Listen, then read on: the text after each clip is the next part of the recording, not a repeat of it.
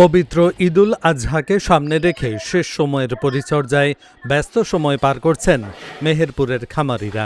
স্থানীয় চাহিদা পূরণ করে রাজধানী ঢাকাসহ দেশের বিভিন্ন জেলায় পশু সরবরাহের প্রস্তুতি নিচ্ছেন তারা। দিনরাত গবাদি পশুর পরিচর্যা ও স্বাস্থ্য সুরক্ষায় কাজ করছেন খামারিরা। গোখাদ্যের দাম বাড়ায় পশুর দাম গত বছরের তুলনায় কিছুটা বেশি হতে পারে বলে ধারণা করছেন খামারিরা। তবে ভারতীয় পশু যাতে দেশে প্রবেশ না করে সে দাবি করছেন প্রশাসনের কাছে। ভাই আমাদের প্রায় 60টার মতন গরু আছে, আমরা যে দামে পাইতেছি মোটামুটি মানে ঠিক আছে, বা 20-30 হাজার টাকা লাভ হলেও আমরা সব গরু খাইতে দিব, আমরা গরু রাখবো না। গরু আছে লস করে। ও আমাদের গরু আছে মনে হয় যে প্রায় 3 কোটি টাকা, আমরা যদি 3 কোটি টাকা গরু দিয়ে 3.5 কোটি টাকা বেচতে পারবা, 3 কোটি 30 বেচতে পারি, তোমার লাগে একটু থাকবে এই সব খরচ বাদ দিয়ে। এখন বর্তমানে 100+ আছে গরু। আপনি রোগবালা আমাদের সবসময় তো দেখা লাগে, কোনো সমস্যা হলে তো নিজেরাই আমরা দেখি। আল্লাহর রহমতে রোগবালা আমাদের খুব কম, যেটা ভ্যাকসিন যেগুলো দেওয়ার দরকার সেগুলো আমরা দিই টাইম টু টাইম, পুনরায় মিস করি না আর কি। তারপরেও যদি রোগবালা হয় সেটা তো মনে করেন যে নসিবে আর কি। গরু খাদ্যের দাম বাড়িয়েছে, অথচ গরুর দাম বাড়িয়ে ভারতের দিকে গরু আসতে পারি আর খুব ক্ষতি করতে হবে, কারণ ভারতের দিকে গরু যেন না আসে, সরকারের এইটাই আবেদন।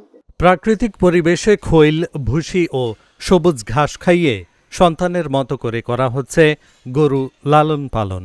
আমরা সকালে উঠি মনে করেন যে গোবরগুলা হয়, গোবরগুলা ফেলি বেলসা দিয়ে, ফেলার পরে গরুর নান্দায় যদি কিছু থাকে সেগুলা খাওয়ানি, মানে নান্দায় ভাগ করে দিয়ে তারা খাই ফেলে। দেওয়ার পরে আপনার 9টার দিয়ে মানে 8:30টার দিকে গরুর খাবার দিই।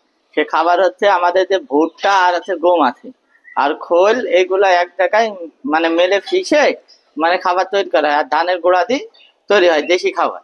এর সাথে আপনার যুক্ত হয় খেসারের ভুসি, তারপরে ছোলার ভুসি, বিভিন্ন প্রকার জিনিস দিয়ে মানে দেশীয় খাবার তৈরি করি সকালে খাওয়ানো হয় চুমুক। মানে এর সাথে লবণ আর চিটি গুড়। খোঁজ খবর নিয়ে ভালো জাতের মানের গরু আমরা এখানে সংগ্রহ করে নিয়ে আসি। আর এগুলো অনেক ছোট গরু নিয়ে আসি আমরা এখানে, নিয়ে এসে অনেক যত্ন সহকারে অনেক ভালো করে লালন পালন করে এদেরকে বড় করে তারপরে আপনার কুরবানির উপযুক্ত করে তারপরে বিক্রি করি। ইতোমধ্যে ঢাকাসহ বিভিন্ন এলাকা থেকে ক্রেতারা খামারগুলোতে ভিড় করতে শুরু করেছেন। আমি আসলে ঢাকা থেকে আসছি, আমি কোরবানির জন্য কিছু গরু কেনার জন্য আসছিলাম আর কি। বড় গরু আমার মূল টার্গেট ছিল বাংলাদেশের সবচেয়ে শ্রেষ্ঠ গরুগুলা সংগ্রহ করা, খোঁজার চেষ্টা করতেছি, পাচ্ছি কিছু। আর মিডিয়াম সাইজের কিছু গরু নেওয়ার জন্য আমি আজকেই নাইটে আমি ঢাকা থেকে আসছি, এবং এটা কিছু ভালো গরু সংগ্রহ করার জন্য। বড় গরু মোটামুটি রিজনেবল আছে আমার যেটা মনে হচ্ছে, এবং গ্রাম পর্যায়ে একটু বেশি, বাট ঢাকা বা অন্যান্য চিটাগং এবং আমি যতগুলো এলাকা ঘুরেছি আছে বড় গরু ভালো। তবে ছোট গরুর দাম যেহেতু কাস্টমার 95% ছোট গরুর, সেই ক্ষেত্রে ছোট গরুর দাম একটু হাই মনে হচ্ছে আর কি। গরুর খাবারের দাম বেশি, সবকিছুর দাম বেশি, এই মিলে মনে করেন আমরা গ্রামের থেকে কিনে নিয়ে যা ঢাকা শহরে বেশি, খাদ্যের দাম বেশি, খামারিদের তো টাকা পাচ্ছে না গরুর, সেই উপলক্ষে মানে গরুর দাম নাই। ভারতের তো আশা বন্ধ নাই, কম বেশি তো চূড়াই লাইনে আসে। ভারতের চালে তো খামারিরা টাকা পাবে না, আমাদের মতন ছোটখাটো ব্যবসায়ী কিন্তু মাই। খামারিদের প্রশিক্ষণ, উঠান বৈঠকে তাদেরকে সচেতন করা হচ্ছে। পশুগুলো যদি অসুস্থ হয়ে পড়ে তাহলে জেলা প্রাণী সম্পদ অফিসের মাধ্যমে তাদের সুচিকিৎসার ব্যবস্থা করা হচ্ছে। আমরা তাদেরকে খামারিদেরকে প্রশিক্ষণ, উঠান বৈঠক এর মাধ্যমে তাদেরকে সচেতন করছি। আমরা প্রাণী সম্পদের মাধ্যমে তাদের যে কোনো অসুখ বিসুখ হলে ট্রিটমেন্ট দিয়ে থাকছি, এবং প্রাণী সম্পদের মাধ্যমে তারা অনেক উপকৃত হচ্ছে। আমার বিশ্বাস এবার খামারিগণ লাভবান হবে।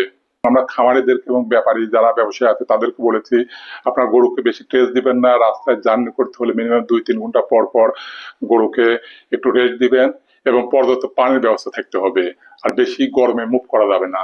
জেলা প্রাণী সম্পদ বিভাগের তথ্য অনুযায়ী মেহেরপুর জেলায় ছোট বড় প্রায় 1000 খামারি রয়েছেন। এবছর কোরবানির জন্য প্রস্তুত করা হয়েছে প্রায় 1,72,569টি পশু। জেলার চাহিদা রয়েছে 90,234টি পশুর। সেই হিসেবে প্রায় 82,335টি পশু উদ্বৃত্ত থাকছে, যা দেশের বিভিন্ন জেলায় পাঠানোর প্রস্তুতি চলছে। Dhaka journal news desk.